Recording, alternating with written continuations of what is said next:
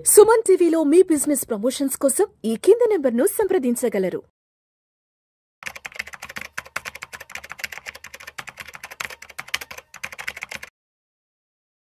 నమస్తే, welcome to Vishnu talks. నేను మీ విష్ణు. ప్రస్తుతం నాతో పాటు senior stock market analyst Eedara Ramakrishna గారు ఉన్నారు. వారితో మాట్లాడదాం. ఈదర రామకృష్ణ గారు నమస్తే సార్. నమస్తే అండి. Welcome to Vishnu talks. So Eedara Ramakrishna గారు, ఒక్కసారి ఈ వారం మార్కెట్లు క్లోజింగ్ చూద్దాం. ఈ వారం గురువారం నాటికి మార్కెట్ అని క్లోజ్ అవ్వడం జరిగింది. సెన్సెక్స్ ఏమో 73,828 వద్ద క్లోజ్ అయింది. నిఫ్టీ ఏమో 22,397 వద్ద క్లోజ్ అయింది. గురువారం నాటికి, శుక్రవారం హోలీ సందర్భంగా మార్కెట్లకు సెలవు కాబట్టి గురువారం వరకు ఈ వీక్ లో మార్కెట్ రన్ అయింది. ఏంటి అసలు మార్కెట్లు రోజు రోజుకి వెనక్కి వెళ్ళిపోతున్నాయి. అసలు మార్కెట్లు మళ్ళా ముందుకు ఎప్పుడు వెళ్తాయంటూ కూడా ప్రతి ఒక్కరూ కళ్ళల్లో ఒత్తులు వేసుకుని ఎదురు చూస్తున్నారు. మార్కెట్లు కూడా ఎక్కడ పెద్ద ఈవెంట్స్ కానీ హడావిడి ఏం కనిపించట్లేదు. మొత్తం దలాల్ స్ట్రీట్ అంతా కూడా చాలా ఒక నైరాస్యంలో ఉంది. ఆల్మోస్ట్ 27 లక్షల కోట్ల రూపాయలు గత 8 సెషన్స్ నుంచి మార్కెట్ నుంచి వైప్ అవుట్ అయిపోయినాయి. ఏంటి అసలు ప్రస్తుతం మార్కెట్ల పరిస్థితి ఏంటి? ఎన్నాళ్ళ వరకు ఇటువంటి గడ్డు పరిస్థితులు మనం చూడబోతున్నాం అంటారు? ఈ వారం నిఫ్టీ కనుక చూసినట్లయితే, నిఫ్టీ కానీ మేజర్ ఇండిసెస్ కనుక చూసినట్లయితే కేవలం స్వల్పంగా 0.69% సెన్సెక్స్ నిఫ్టీ పడిపోవడం చూసాము. అట్లాగే బ్యాంక్ నిఫ్టీ పరంగా చూస్తే 0.9% పడిపోయింది. ఇంకా రియల్ పాయింట్స్ టర్మ్స్లో చూస్తే నిఫ్టీ 150 పాయింట్స్ అరౌండ్, సెన్సెక్స్ 500 పాయింట్ల పైచులకు, అలాగే బ్యాంక్ నిఫ్టీ 400+ పాయింట్స్ నష్టపోవడం జరిగింది. అంతకుముందు వారంలో మార్కెట్స్ బాగున్నాయి, అంటే మార్కెట్స్ చక్కగా పర్ఫామ్ చేసినాయి. బాటమ్ నుంచి కొంత రికవరీ కనిపించింది. అయినప్పటికీ ఈ వారము కొంత మిక్స్డ్ న్యూస్లు రావడంతో, కొన్ని గుడ్ న్యూస్లు, కొన్ని బ్యాడ్ న్యూస్లు, ఇవన్నీ కూడా మార్కెట్ని కొంచెము సెల్లింగ్ వైపుకి లేదా కన్సాలిడేషన్ వైపుకి తీసుకెళ్ళాలని మనం అర్థం చేసుకోవచ్చు. దీంట్లో ముఖ్యంగా మనకి ఇన్ఫ్లేషన్ డేటా ఒకటి వచ్చింది. ఇది 7 నెలల కనిష్ట స్థాయికి పడిపోయింది. అంటే 3.61కి ఇన్ఫ్లేషన్ పడిపోవడంతో అది ఒక గుడ్ న్యూస్గా మనం చెప్పుకోవచ్చు. అంటే భవిష్యత్తులో రాబోయే మీటింగ్స్లో ఆర్బీఐ దాదాపుగా వడ్డీ రేట్లు తగ్గించే అవకాశాలు ఉన్నాయి. అంటే 25 బేసిస్ పాయింట్స్, అంటే 0.25% కనీస ఇంట్రెస్ట్ రేటు తగ్గించే అవకాశం ఉంది. అట్లాగే ఐఐపీ నెంబర్స్ కనుక తీసుకున్నట్లయితే, ఐఐపీ నెంబర్స్లో మంచి పెరుగుదల నమోదైంది. అంటే గ్రేటర్ దెన్ 5% ఐఐపీ నెంబర్స్ పెరగడం, అంటే ఇండస్ట్రియల్ ప్రొడక్షన్ పెరుగుతుందని అర్థం చేసుకోవచ్చు. సో ఇవి గుడ్ న్యూస్లుగా చెప్పుకుంటే, బ్యాడ్ న్యూస్ పరంగా మనకి ఇండస్ ఇండ్ బ్యాంక్ రూపంలో వచ్చింది. అంటే ఇండస్ ఇండ్ బ్యాంక్లో జరిగిన అవకతవకలు, అంటే గత 6 సంవత్సరాల నుంచి ఫారెక్స్ హెడ్జ్లో జరుగుతున్న అవకతవకల వల్ల డైరెక్ట్గా బ్యాంకు 1,500 కోట్ల రూపాయలు నష్టపోవడం మనం చూసాం. దాని ద్వారా ఆ న్యూస్ రిలీజ్ అయిన రోజున దాదాపుగా 27% ఆ షేర్ నష్టపోయింది. ఒక నిఫ్టీ 50లో ఉన్న స్టాకు ఒక గ్రేటర్ దాన్ 20% కోల్పోతే అది ఒక బ్యాడ్ న్యూస్. అంటే యుఎస్ ఎఫ్డిఏ రూపంలో బ్యాడ్ న్యూస్లు వస్తూ ఉంటాయి. యుఎస్ ఎఫ్డిఏ రూపంలో వచ్చిన బ్యాడ్ న్యూస్ అది ఎక్స్టర్నల్ ఫ్యాక్టర్, అది దానివల్ల పెద్ద మార్కెట్ ఇంపాక్ట్ అవ్వదు. కానీ ఇక్కడ ఏంటంటే ఇది ఒక స్కామా అనే డౌట్స్ వస్తుంది. ఎందుకంటే రీసెంట్గా వచ్చిన రిజల్ట్స్ రాబోయే ముందు వారంలో సిఎఫ్ఓ రిజైన్ చేసి వెళ్ళిపోవటం, అట్లాగే 2023-24లో సిఇఓ అలాగే డిప్యూటీ సిఇఓ ఇద్దరు కూడా షేర్స్ అమ్ముకోవడం, ఇలాంటివన్నీ కూడా కొన్ని అంశాలు. అంటే ఇంకా ఏమన్నా పెద్ద స్కామ్ జరిగిందా ఇండస్ ఇండ్ బ్యాంక్లో అనే వార్తలు మార్కెట్లోకి వచ్చాయి. అట్లాగే రీసెంట్గా జరిగిన ఆడిట్లో కూడా ఎక్కడ కూడా బయటపడలేదు వార్తలు. దాని తర్వాత ఆడిట్లో కూడా బయటపడిన వార్తలు తర్వాత బయటపడటంతో అది కూడా గత 6 సంవత్సరాల నుంచి ఎలా నెగ్లెక్ట్ చేశారు ఇవన్నీ కూడా అనేది పెద్ద ప్రశ్నార్థకంగా మారింది. సో దాంతో ఆ స్టాక్ని చాలా సీరియస్గా కిందకి తీసుకురావడం జరిగింది. సో ఇండస్ ఇండ్ బ్యాంకు చాలా మేరకు నష్టపోవడం, 27% వరకు కింద తీసుకొచ్చారు. 27% నష్టపోయింది. Majority of the mutual fund పోర్ట్ఫోలియోస్లో ఉండే స్టాక్ ఇది. కాబట్టి చాలా మ్యూచువల్ ఫండ్స్ అంటే ఎన్ఏవీలు కూడా తగ్గుంటాయి. ఇది ఒక పెద్ద నెగిటివ్ కింద మనం చెప్పుకోవచ్చు. అదేవిధంగా మార్కెట్లకు సంబంధించి మరొక మేజర్ న్యూస్ ఏంటంటే, ఆల్మోస్ట్ 3,65,000 కోట్ల రూపాయలు లాక్ ఇన్ పీరియడ్ కంప్లీట్ అయ్యి అమౌంట్ అంతా కూడా బయటకి రాబోతోంది. అండ్ ఇదే ఉన్న మార్కెట్లో కొంత ఇంపాక్ట్ ఉండే అవకాశం ఉందంటారా? ఫిబ్రవరి 15 నుంచి మొదలైంది. బజాజ్ హౌసింగ్ ఫైనాన్స్, సెగిలిటీ, అట్లాగే హ్యుండై మోటార్స్, రీసెంట్గా వచ్చిన పెద్ద ఐపీఓస్ లైక్ స్విగ్గీ, ఇట్లాంటి కంపెనీస్లో ఈ కంపెనీస్ కాకుండా ఇంకొక 90 కంపెనీస్లో మొత్తం $3,42 billion amount worth of amount, అంటే 3,65,000 కోట్ల రూపాయల వర్త్. అది ప్రీ ఐపీఓ ముందు అలాట్ చేసిన షేర్స్ అన్ని కూడా లాక్ ఇన్ రిలీజ్ అవుతుంది. ఈ లాక్ ఇన్ రిలీజ్ అవటం అంటే అంతకుముందు ప్రీ ఐపీఓ ముందు తక్కువ రేట్ల వద్ద కొనుక్కున్న ఇన్వెస్టర్స్ వాళ్ళు కొంత సెల్లింగ్కి పాల్పడే అవకాశం ఉంది. అంటే మొత్తం 3,65,000 కోట్లు అమ్ముకుంటారని కాదు, కనీసం దాంట్లో 1,00,00,000-1,50,000 కోట్ల రూపాయల దాకా అమ్మకాలు జరిపే అవకాశం ఉంది. అంటే రాబోయే 2 నెలల్లో, అంటే ఏప్రిల్ మే మాసాలు, అలాగే ఈ మార్చిలో మిగిలిన 10 రోజులు మొత్తం కలుపుకుంటే దాదాపు ఒక 70 రోజులు ఇంకా ఒక సెల్లింగ్ అనేది ఈ లోకల్ డొమెస్టిక్ కానీ ఎవరైతే ప్లేస్మెంట్స్ వచ్చి ఉంటాయో వాళ్ళందరూ కూడా అమ్మే అవకాశం ఉంది. సో వాళ్ళ అమ్మకాలు జరిపితే మార్కెట్లో ఎలాగో ఎఫ్ఐస్ కంటిన్యూస్గా అమ్ముతున్నారు. ఇప్పటికే వాళ్ళు $26 బిలియన్ సరుకు అమ్మారు గత 5 నెలల్లో. సో వాళ్ళు 25 బిలియన్లు అమ్మటం, మళ్ళీ ఇప్పుడు 42 బిలియన్లో రాబోయే లాక్-ఇన్ పీరియడ్ ఎండ్ అయిన 42 బిలియన్లో కనీసం ఓ 15 బిలియన్లు అయినా వాళ్ళ అమ్మకాలు జరిపితే మార్కెట్లో పెరగటానికి అది ఏమాత్రం దోహదపడదు. సో మార్కెట్లో ఇంకా సెల్లింగ్ వచ్చే అవకాశం ఉంటుంది. కాబట్టి మార్కెట్లో కొంచెము కన్సాలిడేషన్ నుంచి స్తబ్దుగా ఉండే అవకాశాలు రాబోయే 2 నెలలకి క్లియర్గా కనిపిస్తాయి. అండ్ అదేవిధంగా ఎలన్ మస్క్ కి సంబంధించిన స్టార్లింక్ నెట్వర్క్ కూడా భారత్ లో అడుగు పెట్టడానికి సర్వం సిద్ధం చేసుకుంటుంది. దీనికి సంబంధించి ఒక 4-5 మంత్స్ బ్యాకే, అంటే ఆల్మోస్ట్ సెప్టెంబర్ అక్టోబర్ ఆ టైంలో మీరు ఒక ప్రిడిక్షన్ చెప్పారు. ఇలా అమెరికా ఎన్నికలకు సంబంధించి మనం ఒక 4 మంత్స్ బ్యాక్ మాట్లాడుకుంటున్నప్పుడు చెప్పారు, అక్కడ ట్రంప్ గాని అధికారంలోకి వస్తే కనుక ఎలన్ మస్క్ సంబంధించిన వ్యాపారాలు కూడా భారతదేశంలో పెద్ద ఎత్తున విస్తరించే అవకాశం ఉందని కూడా చెప్పడం జరిగింది. ఆ రోజు చాలా మంది మన వీడియోస్ కింద కామెంట్ల రూపంలో కూడా విమర్శించారు, అంత సీన్ ఏం లేదు, ఎలన్ మస్క్ ఇక్కడ పీకేది ఏం లేదు, ఇక్కడ అంతా పెద్ద పెద్ద వాళ్ళంతా ఉన్నారని కూడా అప్పుడు అన్నారు. బట్ ఇప్పుడు చూస్తే ఎలన్ మస్క్ కి సంబంధించిన టెస్లా కానీ, స్టార్లింక్ నెట్వర్క్ కానీ ఇవన్నీ కూడా భారత్ లో ప్రవేశించేందుకు పెద్ద ఎత్తున ఇక్కడ వాళ్ళ వ్యాపార సామ్రాజ్యాన్ని విస్తరించేందుకు అటు అమెరికా ప్రభుత్వాలు కానీ, ఇటు భారత్కి సంబంధించిన ప్రభుత్వాలు కానీ కూడా చాలా చురుకుగా పనిచేస్తున్నాయి. సో మరి స్టార్ లింక్ ఎంత ఇంపాక్ట్ చేయబోతోంది మన ఇండియన్ టెలికాం సర్వీసెస్ ని అండ్ ఇక్కడ ఉన్నటువంటి పెద్ద పెద్ద వ్యాపారాన్ని కూడా? స్టార్ లింక్ రావటం అనేది ముందుగా వార్తలు వచ్చాయి, ఆ టైంలో కూడా వార్తలు వచ్చాయి, అదే మనం ప్రస్తావించడం జరిగింది. సో ఇప్పుడు రియల్గా చూస్తున్నాం, అంటే రియల్గా ట్రంప్ ఎన్నిక కావటం, అట్లాగే ఎలన్ మస్క్ ట్రంప్ని సపోర్ట్ చేయటము, ఇవన్నీ తర్వాత ఆయన వ్యాపారాలు మెయిన్గా మనకి ఇప్పుడు వస్తున్న న్యూస్లు చూస్తే టెస్లా కార్లు కూడా షోరూమ్స్ ఓపెన్ చేయడం చూస్తాము. తర్వాత టెస్లా కాంపోనెంట్స్ ని మనం ఇంపోర్ట్ చేసుకొని ఇక్కడ అసెంబుల్ చేసి మళ్ళీ ఆ కార్ల అమ్మకాలు కూడా రాబోయే రోజుల్లో మనం చూస్తాం. ప్రస్తుతం స్టార్లింక్ గురించి మాట్లాడితే ఈ వీకే మన న్యూస్ కూడా రావడం జరిగింది. కేవలం 24 గంటల వ్యవధిలో ఫస్ట్ భారతీయ ఎయిర్టెల్ టైఅప్ చేసుకున్న 24 hours లోనే మళ్ళీ జియో కూడా టైఅప్ చేసుకోవటం జరిగింది. సో పెద్ద ప్లేయర్స్ ఇద్దరే ఇండియాలో. ఐడియా కూడా చాలా చిన్న ప్లేయర్ గా మారిపోయింది, లెస్ దాన్ 15% కి వెళ్ళిపోయింది మార్కెట్ షేర్. 80% మార్కెట్ షేర్ ని మేనేజ్ చేస్తున్న కంపెనీస్ లో భారతీయ ఎయిర్టెల్, జియో ఉన్నాయి. సో ఈ రెండు కూడా ఒక 24 గంటల వ్యవధిలో ఇద్దరు టైప్ చేస్తున్నారు. అంటే భవిష్యత్తులో కాంపిటీషన్ ఎంత సివియర్ గా ఉండే అవకాశం ఉందంటే వీళ్ళు ఏమాత్రం అశ్రద్ధ చేసినా కానీ మార్కెట్ షేర్ కోల్పోయే అవకాశం ఉంది. అదిగాక మనము టెక్నాలజీ వైజ్ గా డోకా లేదు, ఎందుకంటే లో ఆర్బిట్ శాటిలైట్స్ ద్వారా సర్వీసెస్ ఇస్తారు. డైరెక్ట్ గా శాటిలైట్ లింక్ తో మనం టెలిఫోన్ లో మాట్లాడుతాం అన్నమాట.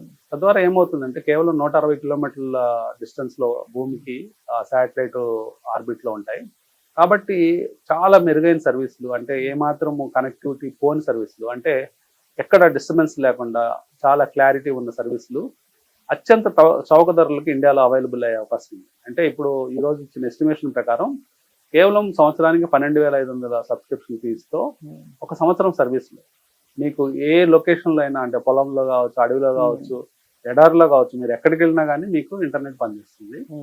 సో తద్వారా ఏమవుతుందంటే అంటే ఒక సేఫ్టీ సెక్యూరిటీ అని వస్తుంది. ఇప్పుడు హైటెక్ యుగంలో ఉన్నాము, చాలా సర్వీసులు మనము కంప్యూటర్ ద్వారా, ఇంటర్నెట్ ద్వారా చేయాల్సిన అవసరం ఉన్న టైంలో అలాంటి సర్వీస్ కనుక మన మార్కెట్లో వచ్చిన పక్షంలో అది చాలా యూస్ఫుల్గా ఉంటుంది. అత్యంత చౌక ధరలను ఎందుకు అంటున్నానంటే 12,500 అమెరికాలో అదే సర్వీస్కి అక్కడ ఎలన్ మస్క్ ఛార్జ్ చేసే అమౌంట్ కనుక చూస్తే 2,01,000 రూపాయలు, 2 లక్షల పైచిలకు డబ్బులు వాళ్ళు అక్కడ కలెక్ట్ చేస్తారు ఒక సంవత్సరానికి సబ్స్క్రిప్షన్ ఫీజు. అదే ఇండియాలో వచ్చేటప్పటికి కేవలం ఇద్దరు కూడా జియో ఇంకొక 1,200 రూపాయలు తక్కువలోనే అనౌన్స్ చేస్తుంది, ఎయిర్టెల్ మాత్రం 12,500 రూపాయల్లో ఛార్జెస్ వస్తాయని న్యూస్ వచ్చింది.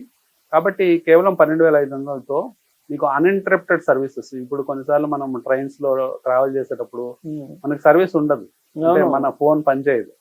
కొన్ని అలాంటి బాధలు ఉండవు. అలాగే ప్లేన్స్ లో ట్రావెల్ చేసేటప్పుడు ఎక్కడైనా మన సర్వీస్ యూజ్ చేసుకునే అవకాశం ఉంటుంది.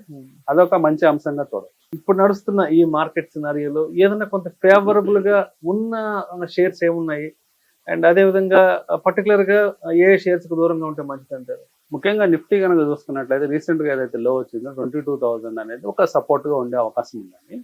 అది కనుక బ్రీచ్ అయ్యి, అంటే అది కనుక కట్ అయ్యి కిందకి వెళ్తే మార్కెట్ లో 21,400 అనేది ఇంకా బేర్ మార్కెట్ కి రాబోయే ముందు ఉండే ఫైనల్ సపోర్ట్ లైన్ అది. అంటే 21,400 వచ్చినప్పటికి మనకి ఆల్మోస్ట్ మనము హైస్ నుంచి 18% కోల్పోతాము. ఇప్పటికే స్మాల్ క్యాప్స్, మిడ్ క్యాప్స్ అన్ని కూడా 20% అబోవ్ పడిపోయినాయి. అంటే 25%, 27%, అలాగే మైక్రో క్యాప్లు 30% దాకా ఇండెక్స్ లెవెల్లో కోల్పోయింది. అంటే ఆల్రెడీ అవన్నీ బేర్ మార్కెట్ వాతావరణంలో ఉన్నాయి. కేవలం నిఫ్టీ సెన్సెక్స్లు మాత్రం ఇంకా ఆ లెవెల్కి రాలేదు. అంటే నిఫ్టీ సెన్సెక్స్లు మాక్సిమం 15% దాకా వచ్చినట్టున్నాయి. ఇన్ కేస్ ఇంకా 21,400 అంటే ఇంకొక 3% రీసెంట్ లో కనుక కట్ అయ్యి మళ్ళీ 3% కనుక కట్ అయిన పక్షంలో మనం ఒక బేర్ మార్కెట్లోకి వెళ్ళే అవకాశాలు ఉంటాయి. కాబట్టి మోస్ట్లీ 21,400, 500 మధ్యలో మార్కెట్స్ ఫైనల్ సపోర్ట్ తీసుకొని పైకి వెళ్ళే అవకాశాలు ఉంటాయి. అది మనం గుర్తుపెట్టుకోవాలి. ఈ ఫాల్లో మనం ఇన్వెస్ట్ చేయాలి అన్నప్పుడు మెయిన్ గా ఫాస్ట్ గా గ్రో అయ్యే స్టాక్స్ ఒక కేటగిరీ తీసుకోవాలి, లేకపోతే వాల్యూ ఉన్న స్టాక్స్ కొనుక్కుంటాను. అంటే ఇన్వెస్టర్ కేటగిరీస్ ని బట్టి వాల్యూ స్టాక్స్ లోకి వెళ్దామా, లేకపోతే నాకు టైం ఉంది పర్వాలేదు, నాకు ముందు క్యాపిటల్ ప్రొటెక్షన్ ఇంపార్టెంట్, వాల్యూ షేర్లు కొనుక్కుందాం అనుకున్న వాళ్ళు లో పిఈ రేషియోస్ ఉంది, మంచి ఫండమెంటల్స్ వాల్యూ ఉన్న కంపెనీస్ మీద దృష్టి పెట్టడం మంచిది. అంటే పిఈ ప్రైస్ ఎర్నింగ్స్ రేషియోస్ తక్కువగా ఉండి లాంగ్ టర్మ్ క్యాపిటల్ అప్రిషియేషన్ బాగానే ఉండొచ్చు అన్న కంపెనీలు. అంటే కంపెనీలో గ్రోత్ కనీసం ఉండాలి, మినిమం గ్రోత్ 10% అండ్ అబవ్ ఉండి పిఈ రేషియోస్ తక్కువగా అవైలబుల్ అవుతున్న షేర్లు కొంత సేఫ్టీ నెట్ ఇస్తాయి. అట్లాగే గ్రోత్ కంపెనీస్ కనుక చూస్తే ఏ సెక్టార్లు అంటే పర్టికులర్గా కన్జ్యూమర్ టెక్నాలజీ. అంటే ఇప్పుడు టెక్నాలజీ అనేది కేవలం ఐటీ సర్వీసెస్ కాకుండా చాలా చోట్ల మనకి టెక్నాలజీ వచ్చింది. ఆ టెక్నాలజీ స్టాక్స్ కనుక ఫాల్ అయినప్పుడు, అంటే ఇప్పుడు ఫర్ ఎగ్జాంపుల్ జొమాటో ఉండొచ్చు, లేకపోతే పేటిఎం ఉండొచ్చు, లేకపోతే ఇవన్నీ కూడా ఇంకా ఫాల్ అవుతాయి. ఇప్పుడేమీ ఆగవు, ఇంకా ఫాల్ అయ్యే అవకాశాలు ఉన్నాయి. అలాంటివి అంటే కార్ ట్రేడ్ ఇలాంటి కంపెనీస్ అన్నీ కూడా టెక్నాలజీని వాడతాయి, అలాగే కన్జ్యూమర్కి సర్వీసెస్ ఇస్తాయి. ఇట్లాంటి సర్వీసెస్ తీసుకునే కంపెనీలు అవి బాగా తర్వాత భవిష్యత్తులో ఫాస్ట్గా గ్రో అయ్యే ఛాన్సెస్ ఉంటాయి. కానీ ఇప్పుడు ఇమీడియట్గా ఇక్కడే కొనాలంటే లేదు, ఇంకా ఫాల్ ఉండొచ్చు. వాటిలో ఇంకా ఫాల్ అయిపోయిన తర్వాత ఇప్పుడు పాలసీ బజార్ ఇట్లాంటివన్నీ కూడా అట్లాంటి టెక్ కంపెనీసే, ఈ కామర్స్ కంపెనీసే. సో ప్రస్తుతం ఏంటంటే వెయిట్ చేయండి, వాచ్ చేసి ఆ స్టాక్స్ బాగా పడిపోయిన తర్వాత కొంత మళ్ళీ రికవర్ అయ్యే పాత్రలో ఫస్ట్ రికవర్ అయ్యేవి అవే ఉంటాయి. అంటే ఆయా సెక్టార్లో లీడర్షిప్ ఉండాలి. ఆ సెక్టార్లో లీడర్షిప్ ఉన్న కంపెనీస్ త్వరగా కోలుకునే అవకాశాలు ఉంటాయి, వాటి మీద దృష్టి పెట్టండి. అండ్ అదేవిధంగా రేపు మార్చి 17th మండే నుంచి మార్కెట్లను ఎలా అబ్జర్వ్ చేయాలంటారు? మార్కెట్స్ లో ఈ వారం మనకి ఒక హాలిడే వచ్చింది. సో మండే నుంచి కూడా మనకు చూస్తే మార్కెట్స్ లో ఎక్కువగా ఇన్వెస్టర్స్ ట్యాక్స్ హార్వెస్టింగ్ కి మొగ్గు చూపే అవకాశాలు ఉంటాయి. ఎందుకంటే మనకి ప్రథమార్థంలో మంచి లాభాలు పొందారు ఇన్వెస్టర్స్. మార్చి నుంచి 2024 మార్చి నుంచి సెప్టెంబర్ దాకా. సెప్టెంబర్ దాకా తర్వాత నుంచి మార్కెట్లో షార్ట్ టర్మ్ ట్రేడింగ్ చేసిన వాళ్ళందరికీ డబ్బులు పోయినాయి, అంటే షార్ట్ టర్మ్ లాసెస్ ఉన్నాయి. అంతకుముందు షార్ట్ టర్మ్ గెయిన్స్ ఉన్నాయి. మార్చి నుంచి అంటే April 1st నుంచి చేసిన వాళ్ళందరికీ మొదటి 6 నెలలు షార్ట్ టర్మ్ గెయిన్స్ ఉన్నాయి. సో ఇప్పుడు బ్యాలెన్స్ షీట్ కనుక చూస్తే, అంటే ట్యాక్స్ పాయింట్ ఆఫ్ వ్యూలో మనము మొత్తం P&L అకౌంట్ వేసుకున్నట్లయితే సిచ్యువేషన్ ఎలా ఉంటుందంటే, ప్రీవియస్గా మనకు వచ్చిన గెయిన్స్ మాత్రం బుక్ అయి ఉన్నాయి కాబట్టి వాటి మీద ట్యాక్స్ కట్టాల్సిన అవసరం ఉంటుంది. అట్లాగే ఇప్పుడున్న లాసులు కనుక బేరేజ్ చేసుకున్నట్లయితే మొత్తం మీద వాళ్ళ పోర్ట్ఫోలియో లాస్లో ఇలాంటి ఒక డైల్మా సిచ్యువేషన్లో ఉంటారు. సో ఇన్వెస్టర్స్ ఎక్కువగా ఏం చేస్తుంటారంటే, ఏదైతే ప్రాఫిట్స్ వచ్చాయో ఆ ప్రాఫిట్స్ని అంటే నల్లిఫై చేయడానికి ఇప్పుడు లాస్లు బుక్ చేసుకొని కొత్త రకం షేర్లు కొనుక్కోవడం కానీ, లేకపోతే అవే షేర్లు మళ్ళీ కొనుక్కోవడం కానీ ఇట్లాంటి పనులు చేస్తారు. తద్వారా ఏమవుతుందంటే, అంటే కేవలం ఫ్యూ సెషన్స్ మాత్రమే మిగిలాయి కాబట్టి అట్లా చేయడం వల్ల ఏమవుతుందంటే అట్లీస్ట్ దానికి ట్యాక్స్ కట్టే బాధ తప్పుతుంది, కొంత డబ్బు సేవ్ చేసుకునే అవకాశం ఉంటుంది. అలాంటి వాటి మీద దృష్టి పెట్టే అవకాశాలు ఉన్నాయి కాబట్టి మార్కెట్స్ కొంత కన్సాలిడేషన్ మోడ్లోనే వెళ్ళే అవకాశం. అయితే ఇప్పుడు ఇంకా ఓవరాల్గా అసలు మళ్ళా మార్కెట్లకి పునర్వైభవం రావడానికి ఎన్ని నెలల సమయం పట్టొచ్చు అంటారు అసలు? ఇంకా ఇంకా ఎంత టైం పడుతుంది? ఇప్పుడు 73,000కి వచ్చేసింది. ఈ 73, 83 కావడానికో, 84 కావడానికో ఇంకా ఎన్ని నెలల సమయం పట్టొచ్చు అంటారు? 10,000 పాయింట్లు పెరగడానికి ఆల్మోస్ట్. మనకి 2021, 22 ఆ టైంలో వచ్చిన ఫాల్ 18% ఫాల్ ఏదైతే ఉందో అది టైం చూసినప్పుడు, ఆ టైం లైన్ మనం క్యాలిక్యులేట్ చేసినప్పుడు దాదాపుగా 18 నెలల నుంచి 24 నెలల టైం పట్టింది. అంటే మనకి సెప్టెంబర్ 2024లో మొదలైన ఫాల్ కనుక కౌంట్ చేస్తే మనకి తెలియకుండానే మళ్ళీ మనం బయటకు వచ్చేటప్పటికి 26 మిడ్ లో ఉంటాం. అంటే ఈ మధ్యలో మార్కెట్ పెరగదంటే పెరుగుతుంది. అంటే మార్కెట్లు పెరుగుతాయి కానీ మళ్ళీ ఆల్ టైమ్ హైలు దాటుకొని మళ్ళీ ఫ్రెష్ హైస్ క్రియేట్ చేయడానికి మనము 2026లో చూసే అవకాశం ఉంటుంది. కొన్ని సందర్భంలో సంవత్సర కాలం పట్టొచ్చు. కాకపోతే ఈ మధ్యలో కొంత పెరిగి మళ్ళీ జస్ట్ ఆల్ టైమ్ హై అలా టచ్ చేసి మళ్ళీ అక్కడ నుంచి మళ్ళీ వెనక్కి రావచ్చు. సో ఏమవుతుంది, అదొక టాప్ అనేది రెసిస్టెన్స్ గా ఫామ్ అవుతుంది. గతంలో ఏదైతే టాప్ ఫార్మేషన్ ఉంటుందో ఆల్ టైమ్ హై, అది ఒక రెసిస్టెన్స్ పాయింట్ గా మారిపోతుంది.